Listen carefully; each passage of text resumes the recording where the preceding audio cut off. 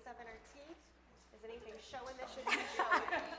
Any rogue hair moments? Place. Yeah. Okay. No, good. Saying anything. Good luck to you. 4, 3, Good luck to you too, girl. Hello everybody, I am Delina Medhin and I'm going to be hosting today's event. We are going to be talking about skincare is not a trend, de-influence your routine. So I want to introduce you to my beautiful panelists today. Let's start first with Katie Nugent. Hello. Hello. So hi, I'm Katie. My pronouns are she, her, and I am part of Lush Cosmetics team. So I'm a global retailer at Lush, and I also work on the skincare category. This is Julie Wilson. What up, y'all? So I'm Julie. I am the beauty editor at large at Cosmopolitan magazine and the executive director at Beauty United, a nonprofit in the beauty space. I'm a mom, I'm a wife, I'm a friend, a daughter, all of the things too. So yeah, and you gotta say it all, you know, like everything makes you dope, not just your job. So yeah. And lastly, we have the amazing Erica Vega. Hi, I'm Erica Vega. It's so nice to see all of you guys. I don't know if people who are on YouTube can see, but we actually have a lot of our staff here tonight too, which is really cool. I'm a brand and product trainer brand and product expert for Lush Cosmetics here in North America. And primarily a storyteller, but I kind of do a little mixed bag of stuff. So kind of wherever I get called around, which is really fun. Thank you. Okay, so before we get started, I want to acknowledge that we are filming on the traditional lands of the Munsee Lenape peoples. And there's a message that's coming up across the board for you all to see, but Lush is very excited to be working alongside them. And also, I want to tell you that we have Nadia who's going to be in the chat. So anybody who is tuning in to the chat, just so you know, you can give us a like, let us know if you're really enjoying things. And also if you comment, you can create community there too. So. All right, let's start off with our first question. So, in a nutshell, what is skincare to you? And I'll let whoever wants to start go on with that. All right, I'll go. Okay. Look, skincare is obviously so many things, but to me personally, as like a very unapologetic Black woman, especially in a space that is very rarefied space, to me, skincare is really about taking care of my beautiful brown skin, something that my parents taught me from a very young age. And so it does lean into that idea of like self-care and wellness. I mean, we talked a little earlier about the fact that as a beauty editor, like I get all the things, like, right? Like my house is like Sephora.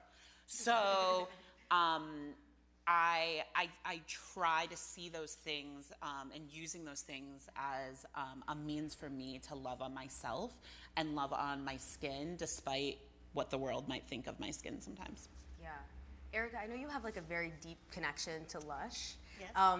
What does your relationship with skincare look like? For me, skincare kind of goes beyond just the like scrub the face on the shower. Yeah. And it really is more of like a ritualistic kind of a thing and something that I use for my mental health. So just the idea of doing like a nice long massage with a good facial oil with like Ultra Blend. Getting to spend that time for me is about intention. So there's always these talks a lot about wellness. It's been a huge, mental wellness and self-care has been a huge talk in the last few years. And for me, it's not about the activity, it's not about the product, but it's about the intention.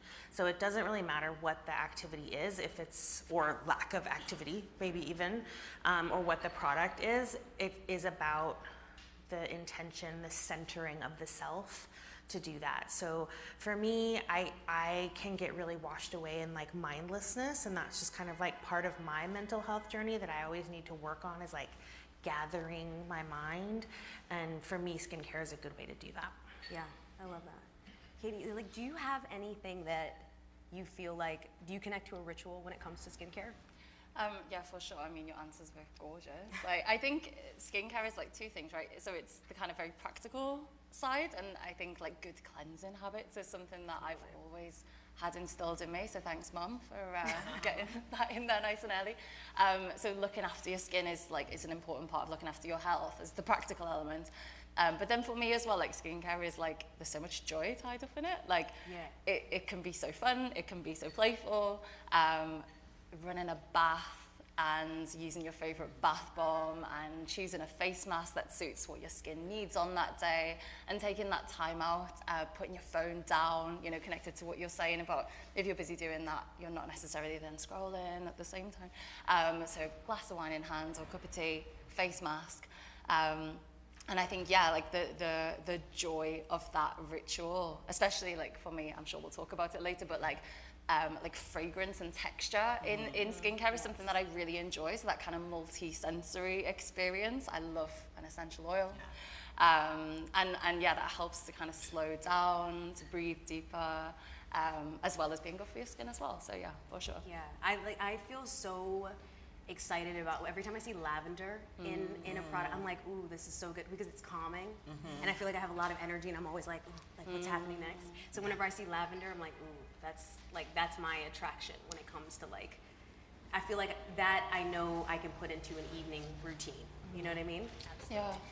Julie, do you feel like things have changed in terms of like trends when it comes to natural skincare? Do you feel like you've been an editor, a beauty editor for such a long time? Like, do you feel like Don't age me. Oh, I'm sorry, girl. Okay. We'll roll that back. rolling it back. Yes. No. So I'm an OG. Yeah, she's an OG. You know, I'm just trying to put some respect on her name. Yeah, thank you. So when do you see a lot more conversation around natural skincare? Like for me as a makeup artist, I see it a lot more. I mean, for sure. I think it's important, right? It's an evolution. Everything's an evolution. You don't want everything to stay the same. And I think that social media has really pushed more conversations around what are we putting on our skin. People are reading labels in ways they weren't before. It was just kind of like, oh, my mom uses this, or I've seen my grandmother use that, or my best friend uses that. But like now it's like, no, we're educating ourselves and saying, did you know that was in this, you know, face wash or whatever? And it's like, well, I won't be using that anymore. Let me go use this. I mean, TikTok also is just like wild, wild west, yo. Some of the information there isn't great, but I mean, it really isn't. Yeah. But some of it is like crazy too, because they'll like be talking about brands that have been around forever, and they're like, you know, it's new discovery. So I do think that there is really great, you know, I am someone who is a glass half full type gal, and also like, let's look to the future and be smarter consumers. And also just, I mean, beyond like the wellness piece that we were talking about and self-care, like we all just want to like know that we're putting things on ourselves and in our bodies that like make sense and aren't going to like lean into these like diseases and sicknesses that we're seeing, right? So I think it's just about being smart. Like, I don't know. I think it's very important. Yeah. I'm trying to do that too. And I'm a mom, like I said before, and I have 2 little boys. And it was like really important, even when I was pregnant, of obviously trying to figure out the brands that would play into me having my healthiest pregnancies. And those habits stayed with me, which I think is great. And finding like the products that too, like have the efficacy. Because sometimes you like to feel the burn, right? And you're like, ooh, like it's working, right? But like the burn is not always good, right? So it's like finding the gentle, natural products that actually work. I mean, thank God Lush has been doing that forever. And I think the rest of the industry is catching on. We're seeing, like we were talking about, like these stores that are like literally all the products and all the brands that they have in the store are clean. Like those companies could not couldn't exist and couldn't keep the lights on if people weren't being extra conscious and thoughtful about the products they're using. So like hippies, and now it's standard. Right. Yeah. Right. Like tree hugging hippies, like kumbaya, my lord. Like no, like bad. Can I swear? Hell yeah. Okay. I don't know. Like there's like children of like bad bitches, like badass people, like are using clean beauty.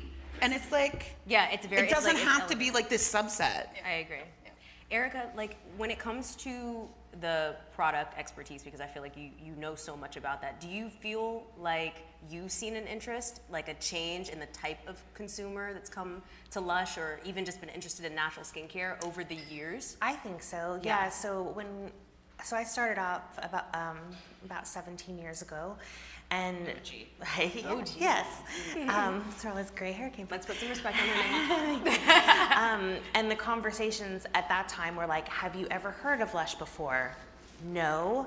Let me tell you a little bit what Lush is about. Yeah. And that was very common. We don't have to do that anymore, really. Now it's more like, when's the last time you were here? Oh, just a few weeks ago. Let me show you what's new.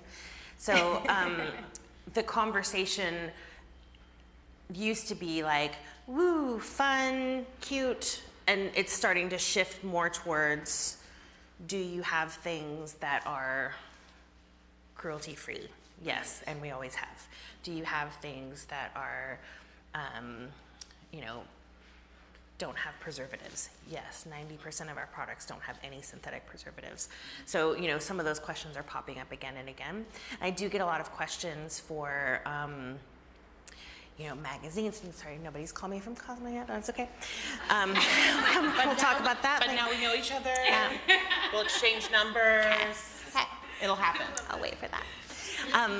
So when I do get questions now, I'm getting a lot of the same kinds of questions, and they all seem to revolve around natural ingredients, questions about natural ingredients, and they're just such simple questions like, is it really cool to use avocados on your skin? And it's like, yes, don't you remember doing that when you were a kid?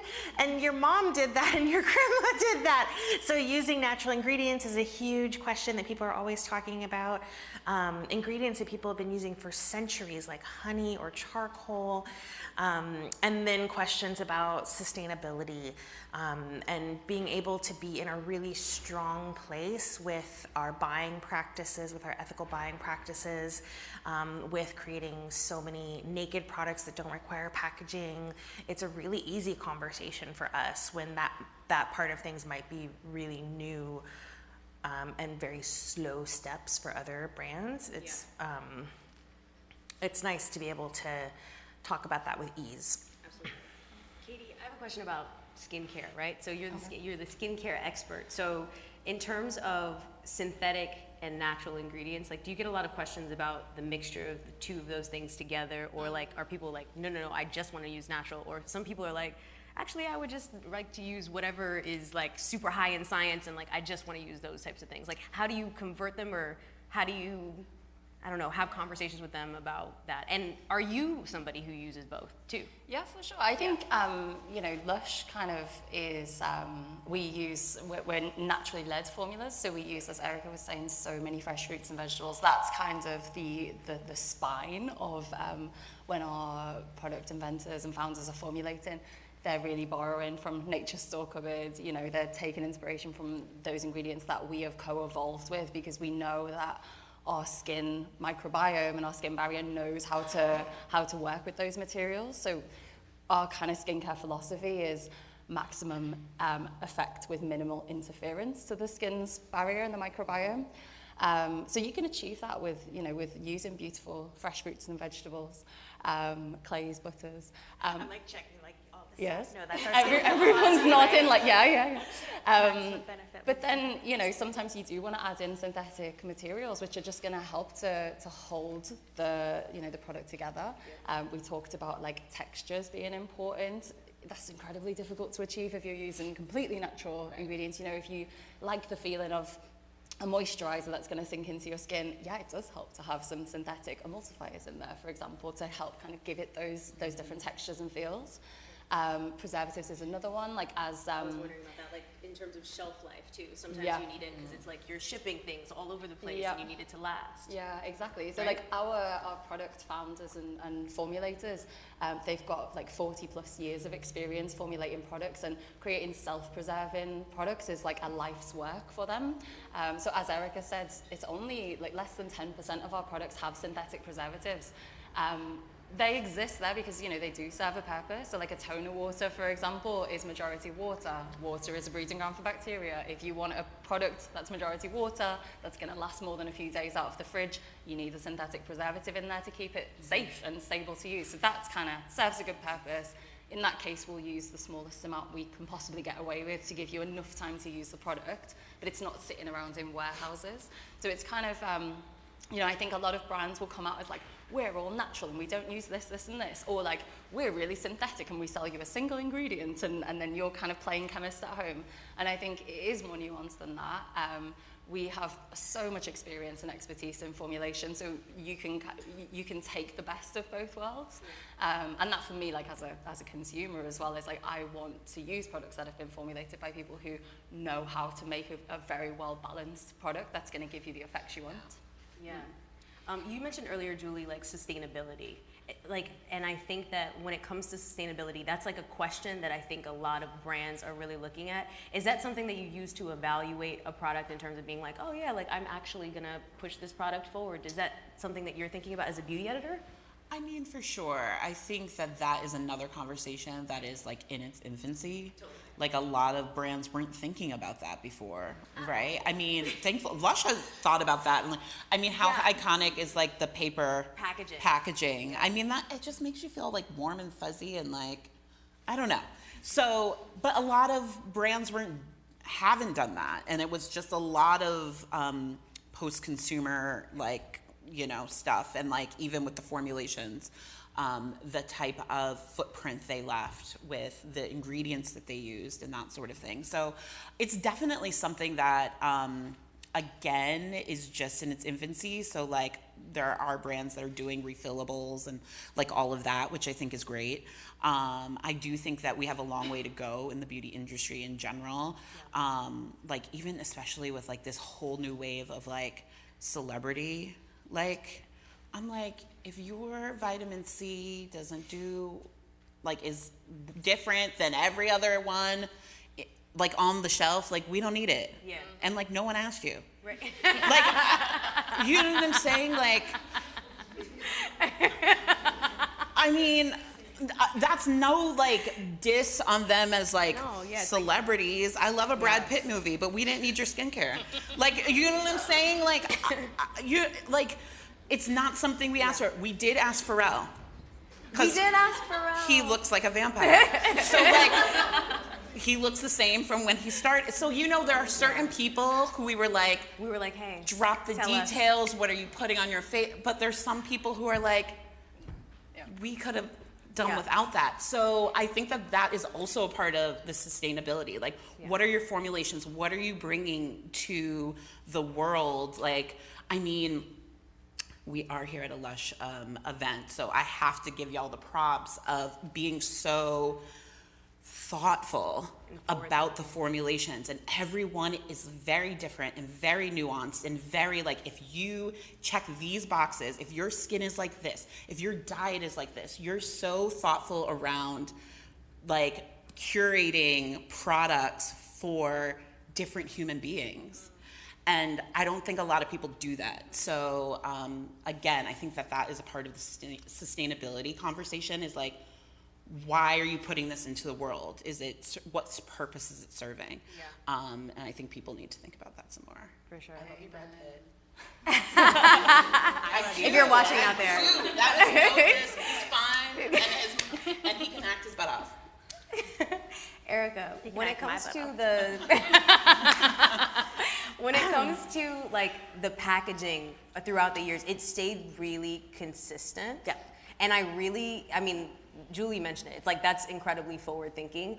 Do you know what the idea was in the beginning stages with that? Like, why it was made that way? Because it was so different. Like, to put something in paper. A lot of it's just it came from being like dead ass broke. Wow. Yeah. Okay, that's so real, that is yeah. real. So before Lush was Lush, we were a company called Cosmetics To Go, which was very vibrant, lively, but and we'd always made solid products. That's always been like a signature style. But naked wasn't always a thing. So they did kind of like dress up the bath bombs and little, you know, with like a ribbon or something. And it was costing a lot of money to do that. And we also we're talking like 80s, right? So we hadn't really like broached this conversation about sustainability as much, right? Yeah. So It had when become that a hot company, topic, right? yeah, Exactly. when that company was no more and Lush came through, or the company that would eventually become Lush, they were like maxing out credit cards, but still like, I remember them saying like, they were so broke, they just like shared a candy bar for dinner one time, you know? So they were like putting soaps in their kids' lunchbox, like pouring hot soap into their kids' lunchbox and then like popping it out and cutting it up, putting it into drain pipes and then pushing it out and cutting it up. And then when they finally opened a shop, because I was in Poole in England, when then they moved to London and had like this second shop, they had to kind of like, you know, double their production basically. Yeah. And they were basically taking cardboard boxes, putting a little bit of parchment paper, like wax paper in them, and then pouring the hot soap into the cardboard box, the shipping box, folding that up, and then taking it, and then they would just cut the box open, and there was the soap. Wow. And that was like a money thing, right?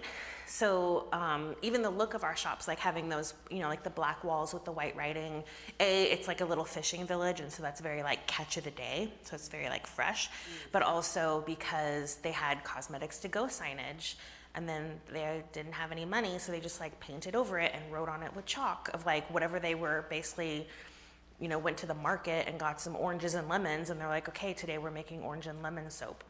Yeah. Because that's what we got at the market today. Such an interesting and cool story. Right? Yeah. So, but then they started looking at the things they had already been making and dressing up, like bath bombs, shampoo bars, and saying like, isn't this cool enough on its own?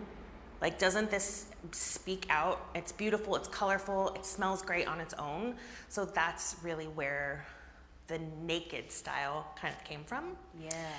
From that, we've had just really simplistic, I mean, I'm sure like our pots and bottles are pretty signature looking at this point. Like everybody kind of knows that like black pot look. We don't put them in a ton of different pots and bottles because we just really believe that like what's going inside of the pots and the bottles is the important thing.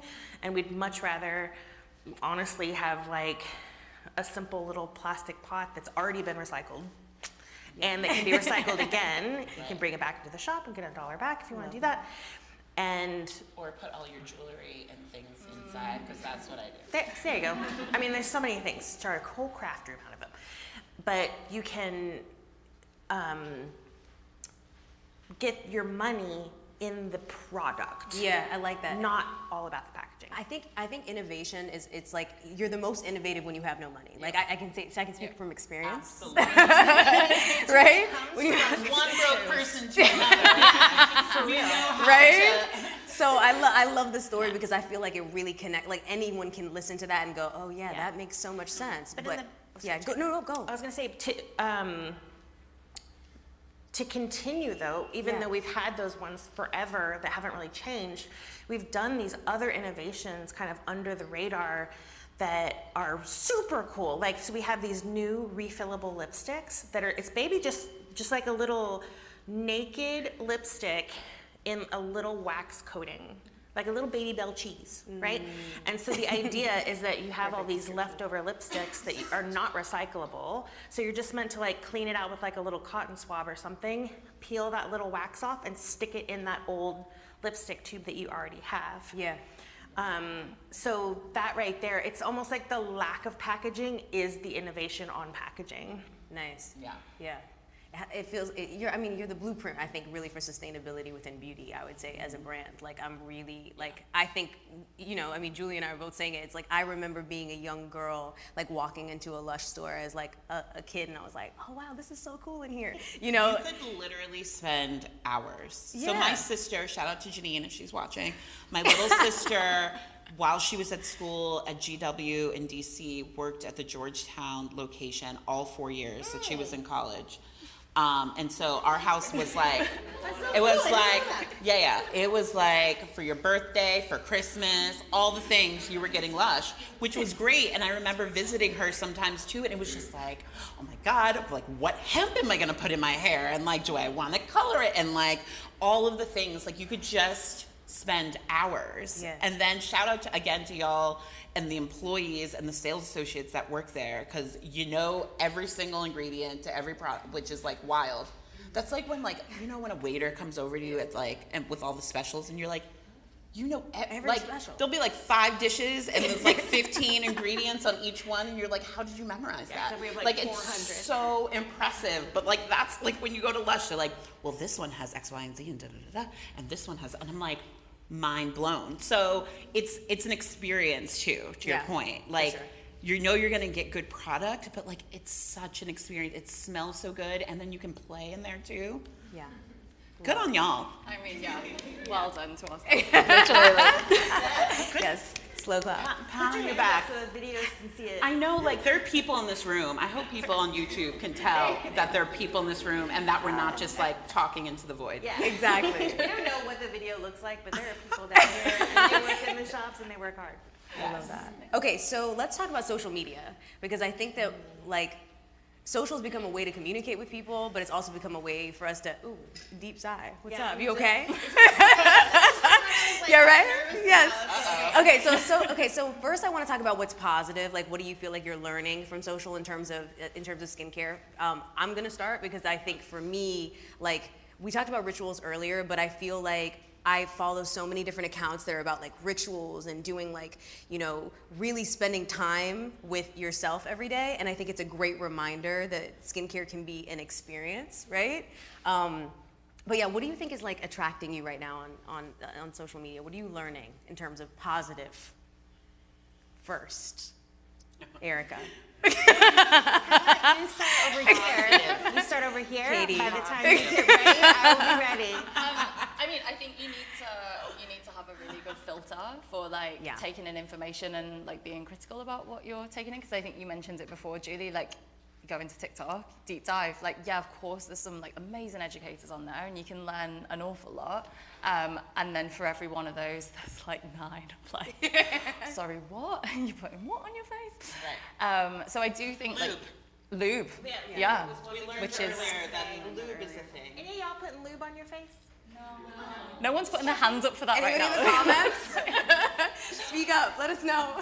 Yeah. So I think you do need to be critical. I mean, I've found like pages that I love to follow, podcasts that I love to like listen to from people who are like really well educated around the subject. Yeah. You have to be discerning for like you really in terms do. of like in terms of like who you're actually listening to. I think when it comes to skincare, it's like when it comes to anything really, I feel like that advice just across the board. I'm always looking at credentials. Like, okay, so what does this person do? Like, where did they go to school? Or how long? But it's so It's difficult. really hard in an influencer world, right? Because a lot of times, I mean, I like the fact that I come from like a very from journalism, right? So we have ethics. Like, we have to like try. We are.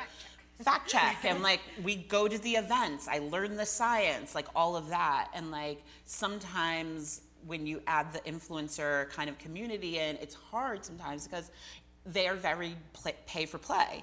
So it's like if they're getting a check, they're going to tell you that this thing is great whether it is or not, right? But as journalists, we don't get, I mean, we get obviously a salary, but like I'm not getting paid by like the brands I write about in the magazine. It's just, I've tested them a million times, and this is my roundup of who I think is great. Do whatever you want with your coins, but this is what I'm saying. So I think it's hard sometimes, but I also love the fact that people have been able to create careers out of it, right? Yeah. And to be content creators, and like, I get it, you gotta pay your rent, you gotta pay your bills, but that makes it also harder for consumers to know whether you're telling me something's good or not. Based on the fact that you're getting a check from it. It's hard. It's hard. No one, I don't think anyone has been able to decode it perfectly yet. And I think there's a rise in terms of like consumers. Like, I don't know if you all are feeling the same way. It's like whenever you are looking for the information, you're also looking for the expert now. Like, I think that the consumer as a whole has gotten so much smarter, and I don't know if you've been noticing that too as the brand expert, right? It's like the consumer is so smart, right? It's like we want to know that who we're learning from, right? Like, I'm sure people are asking you a lot more as a journalist to come in and be part of the influencer community. There's For been a sure. bridge, you know what I mean, with that. For Yeah. sure. I mean, like, even doing stuff like this, it's really nice to like collaborate with a brand that you love and to come and talk about it. But like, I'm glad that a lot of the brands, at least that I've been able to work with as a journalist, it's come from like very authentic like relationships, right? Like, I've been tagging like brands for years, like on my Instagram, that I don't get paid to tag them. I'm just like, I'm a journalist.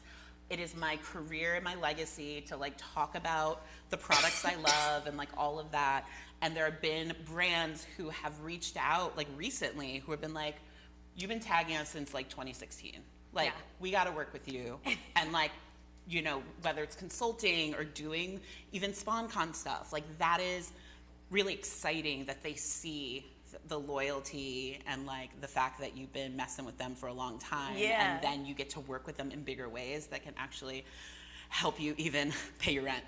So it's like, so it's nice. And again, like, I'm a hustler. Like, I think we all have like a hustle spirit in us. Like, we're all out here working, just trying to make better lives for ourselves. So being able to figure out how to navigate this new world of being, you know, an influencer, but also an expert, and also just like a dope employee, I think is something that's going to continue to evolve. For sure. Erica, okay, I'm not going to say any specifics, whether it's positive or negative. Tell me what you think about social media and skincare. Social media notoriously makes me nervous. I'm a self-proclaimed kind of antisocial person when it comes to I'm having a really hard time saying this out No, loud. go for it. Tell it. This is a safe space. Not, I mean, like, like, I have Instagram, you guys. Okay. But I don't have TikTok. I've never had Facebook.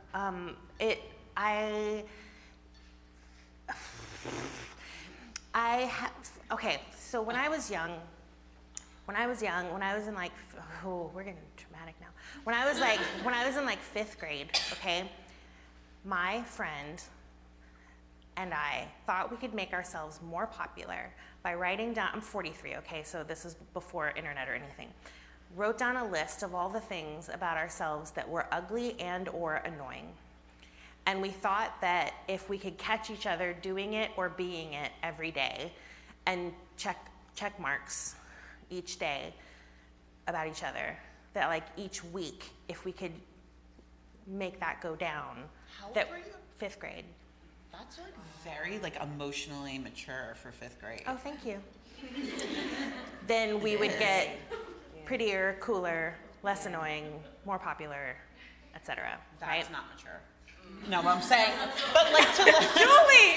No, I'm sorry, but like, no, because it's like negative, like you don't want to, like, you shouldn't be trying to do self-improvement to like be popular, but you're also in 5th grade, I get it, like, everybody wants to be cool and popular in 5th grade, but I was saying it's emotionally mature that like, you would even like think to like, sit down and write the things that you thought weren't like But what you good just said about is how I feel about social media. So to me, it feels, oh man, this is really hard to talk about because I don't want to like alienate anyone. You're not gonna But it's just for me, it feels like a place where I don't feel very good about myself, and where I feel like a lot of people don't feel very good about themselves, and where they're looking at people.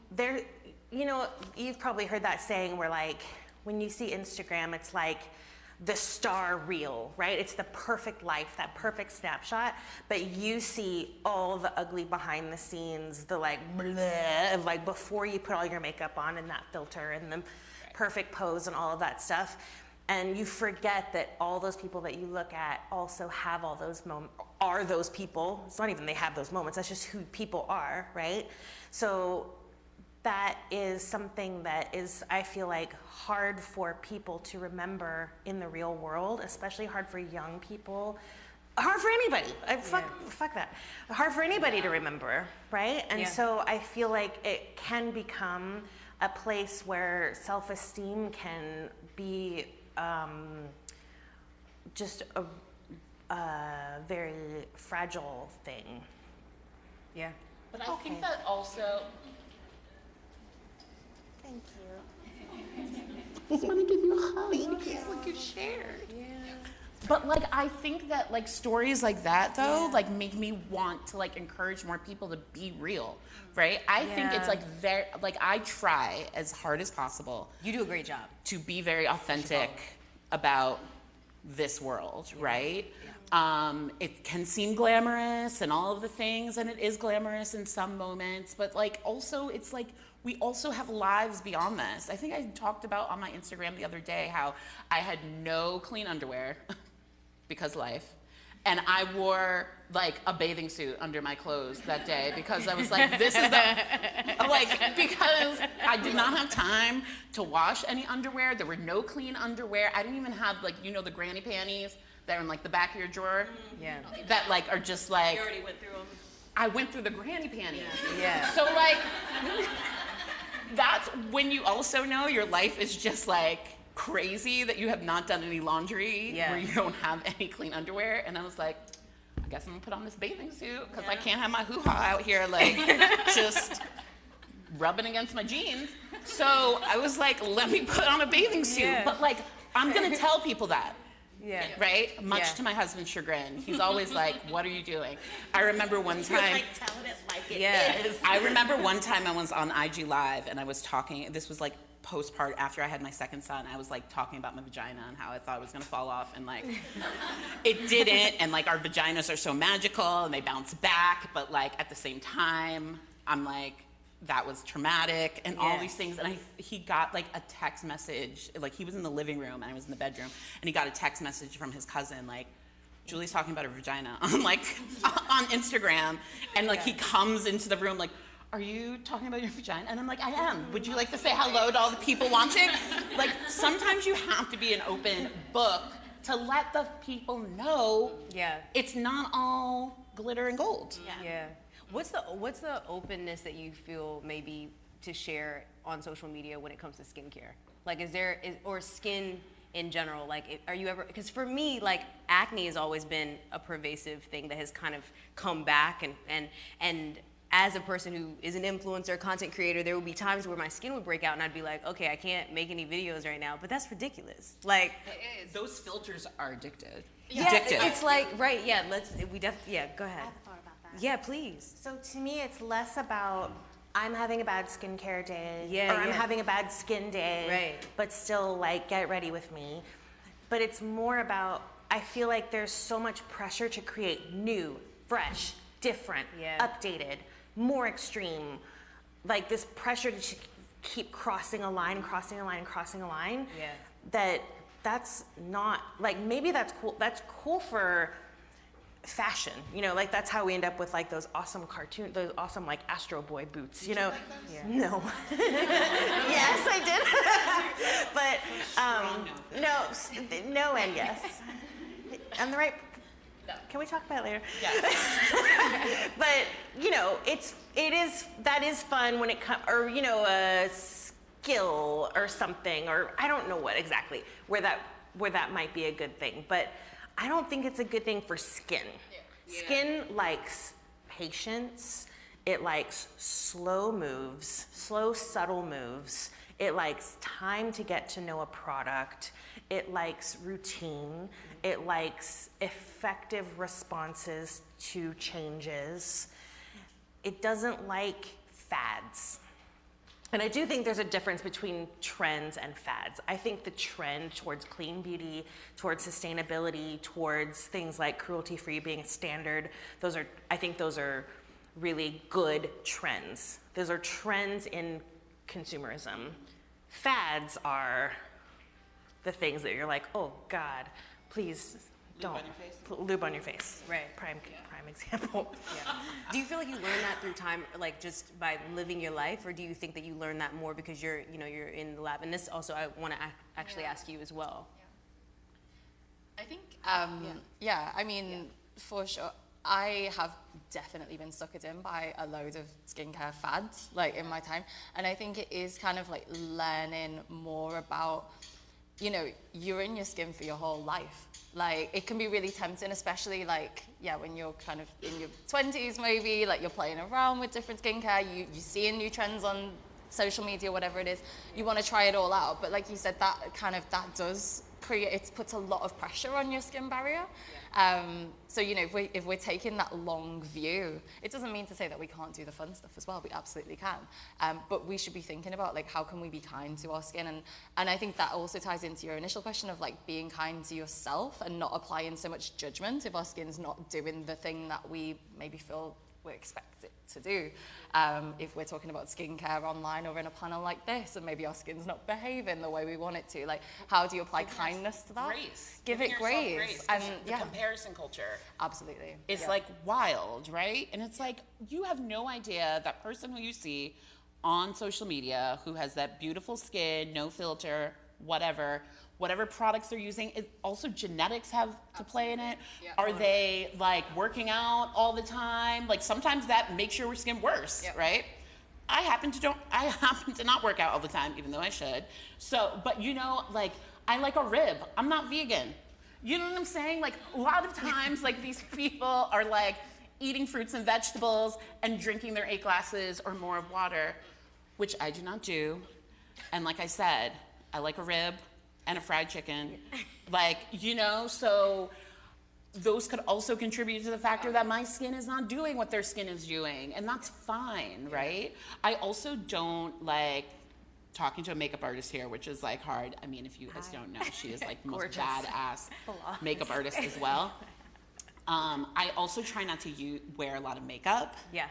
One, because obviously that contributes to like just putting more stuff on your face, but also I want like the world to see to be okay with my face without makeup, because I've seen a lot of friends who like beat their face to an inch of their life all the time, and then when they don't wear makeup, people are like, "Are you okay?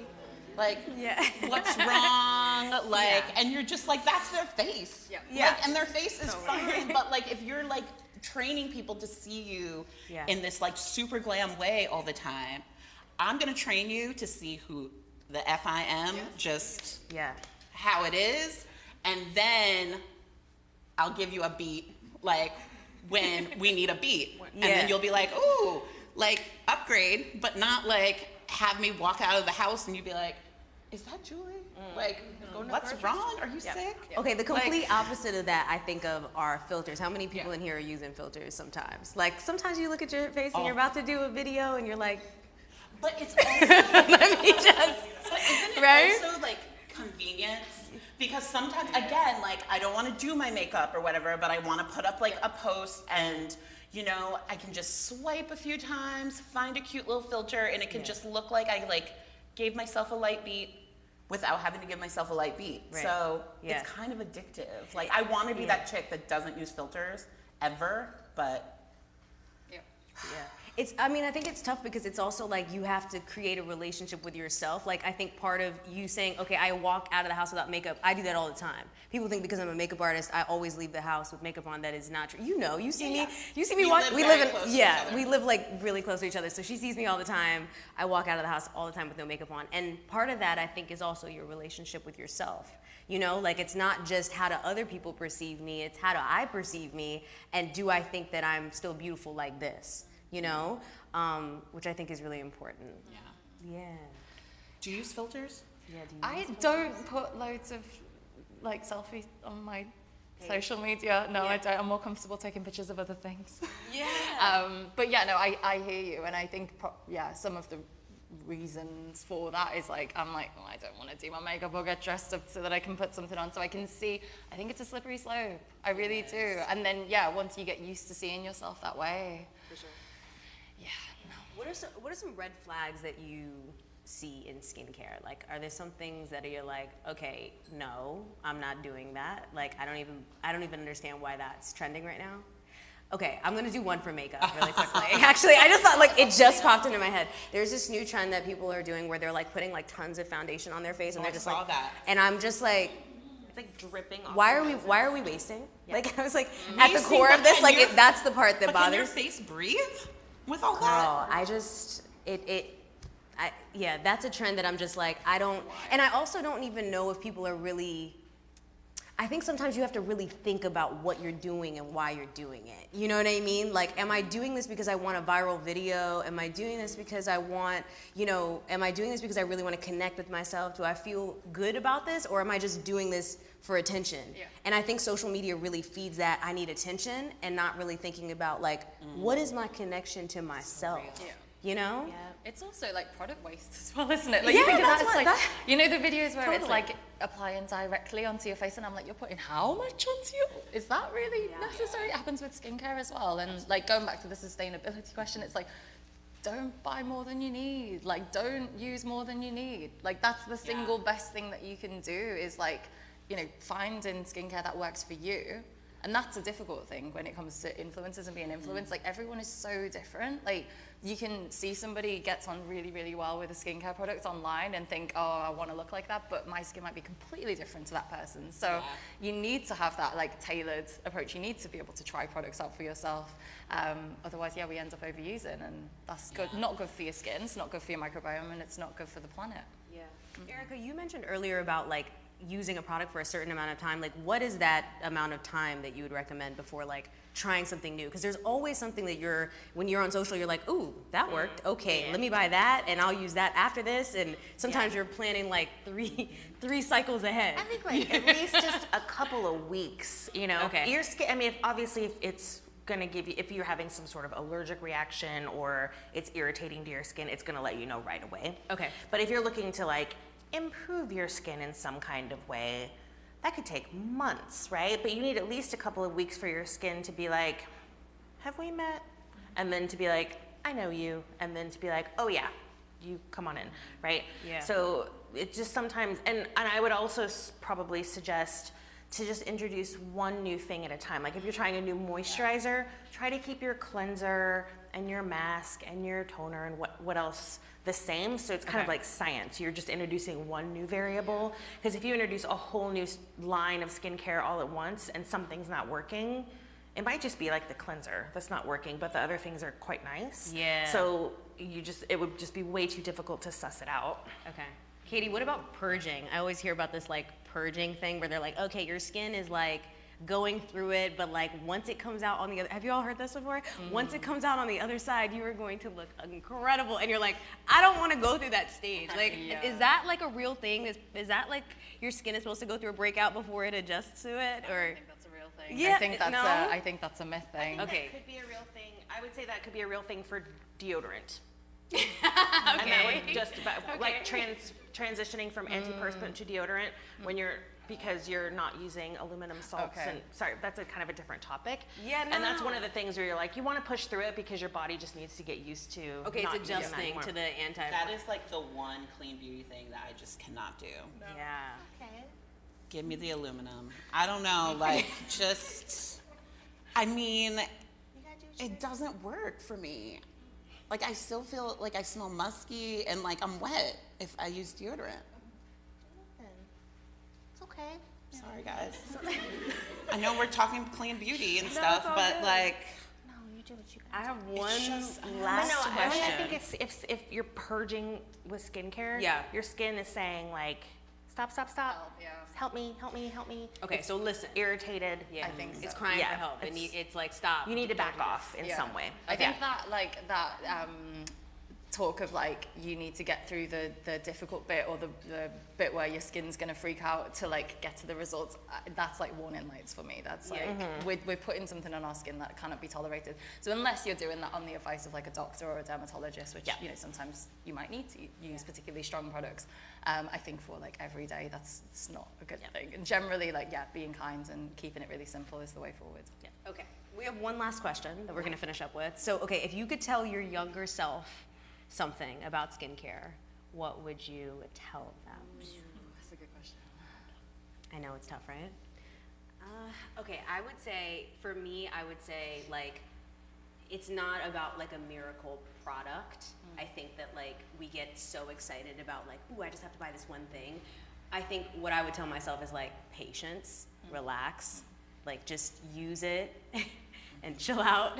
And also I think we mentioned mental health a little bit in the beginning, but I think stress is one of the biggest reasons why our skin breaks out or goes through all these different things. So I think like creating some type of meditation practice and really like being like, okay, I'm gonna sit with myself is, I think, probably the biggest, that's when I see the biggest changes in my skin. Yeah. I would tell my younger self, your skin's not sensitive. Like, I think, you know, sometimes you go for a consultation and then they're like, you're now in the sensitive box and that's where you belong and you can't use anything. I remember having a consultation when I was like 12. It was like the first time I ever went to a beauty counter and was like, okay, let's do a 3-step, like, let's go.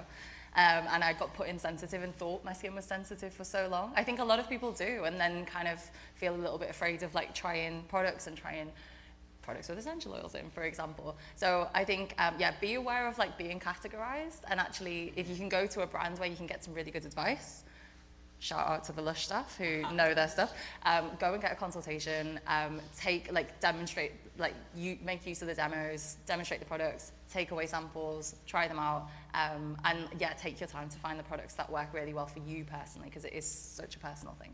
Yeah. I mean, honestly, I think I would tell myself to keep doing what you're doing, girl. I love that. Like, I loved beauty, like, growing up. Like, my mom instilled that in me, my grandmother, like, they were I remember going through all my mom's products and, like, organizing them and cleaning them and using them and watching her use them. So, like, I think I would actually just be like, keep doing it, girl. Like now I look back and I'm like, oh my God, I like made a whole career out of it. You did it, Like, little Julee. what? So it, like, what I went through as young Julie, like, brought me to this point. So good on you, Julie. Yeah, I love that. Yeah. I think if I'm thinking of kind of like my young teenage self, my like puberty self, I would have said, don't take Accutane. I would have said, stay strong. I would have said, be kind to yourself. I would have said, this is hormonal and will change in a few years. There's, you know, probably a lot of things that I was trying to say to myself to get myself through that kind of hard time.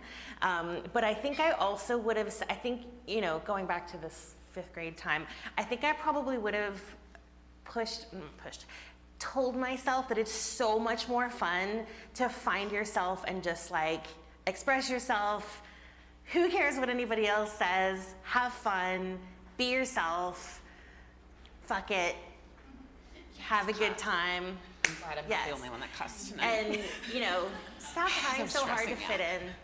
That's what I would have said. I love that. Thank you so much for being here. Thank you everyone for coming, and thank you everyone who has been tuning in live. We really appreciate you. This has been such a beautiful event. Have an amazing night.